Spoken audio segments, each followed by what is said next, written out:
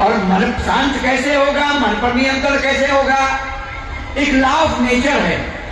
मेरे पास एक कलम है, अगर मैं इस कलम को आकाश की तरफ फेंकता हूं तो ये कलम जमीन की तरफ आती है। तो आप सभी कहेंगे कि इसमें कौन सी बड़ी है? बड़ी बात है, पृथ्वी में गुरुत्वाकर्षण की ताकत है, ग्रेविटी फोर्स है जो अपनी तरफ खींचती है। हमने मान लिया आपकी बात। लेकिन अगर हम दीपक जलाएंगे तो दीपक की लो ऊपर जाएगी या नीचे की तरफ? तो आप कहेंगे दीपक की लो ऊपर जाएगी। क्यों भाई? वो गुरुत्वाकर्षण की ताकत दीपक पर काम क्यों नहीं कर रही? जैसे कलम नीचे आ रही है तो दीपक की लो ऊपर क्यों जा रही है? तो इसमें एक और बारीक पेच है कि जो जिससे पैदा हुआ है वो उसमें मिलना चाहता है। पृथ्वी का हिस्सा पृथ्वी से पैदा हुआ है, उस अपने ही अंश के ऊपर, अपनी अंशी के ऊपर पृथ्वी का प्रभाव पड़ता है।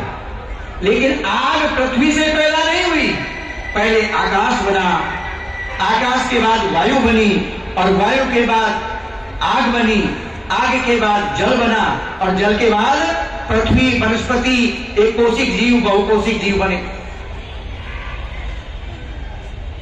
इसलिए आग आकाश की तरफ जाती है, जल पहाड़, पठार, मैदान से भागता भागता समुद्र की तरफ जाता है। हमारी अशांति का कारण क्या है? हमारे दुख का कारण क्या है? कि हमारा मन शांत नहीं है। हमें शांति चाहिए, और मन की शांत अवस्था का नाम शांति है, और मन की अशांत अवस्था का नाम अशांति है। अब मन में रचनात्मक सोच कैसे पैदा होगी, कैसे शांति आएगी? जैसे ये प्रकाश दो चीजों का मिलाप है, हैलोजन और विद्युत। हैलोजन से, हैलोजन में विद्युत का प्रभाव दिख रहा है कि ये प्रकाश पैदा कर रही है, लेकिन विद्युत नहीं दिखाई दे रही। जो विद्युत हैलोजन में प्रकाश पैदा कर रही है, वही विद्युत इस माइक में ध्वनि मिश्रित कर रही है।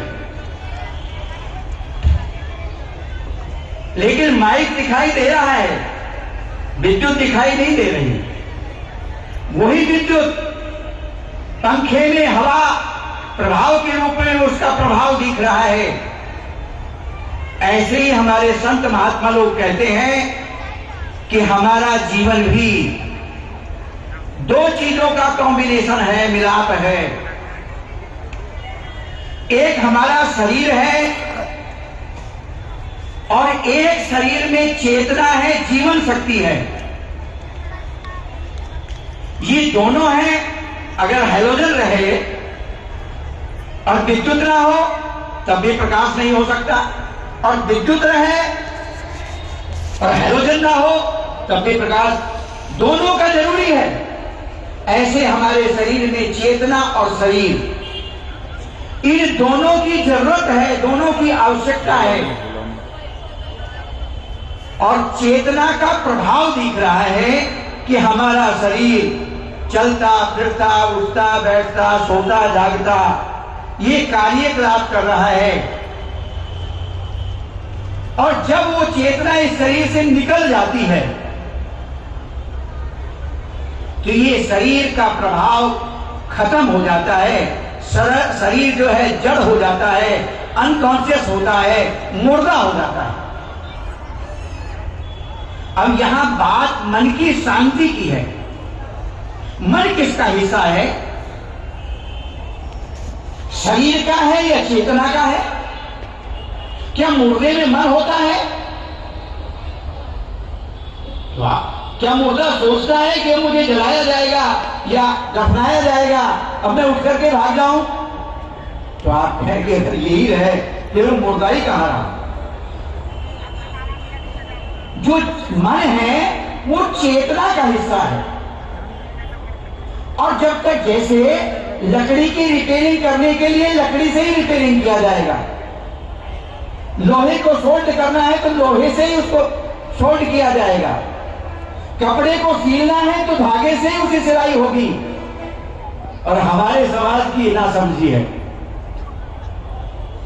कि मन को शांत करने के लिए पदार्थों के पीछे लग रहा है आदमी।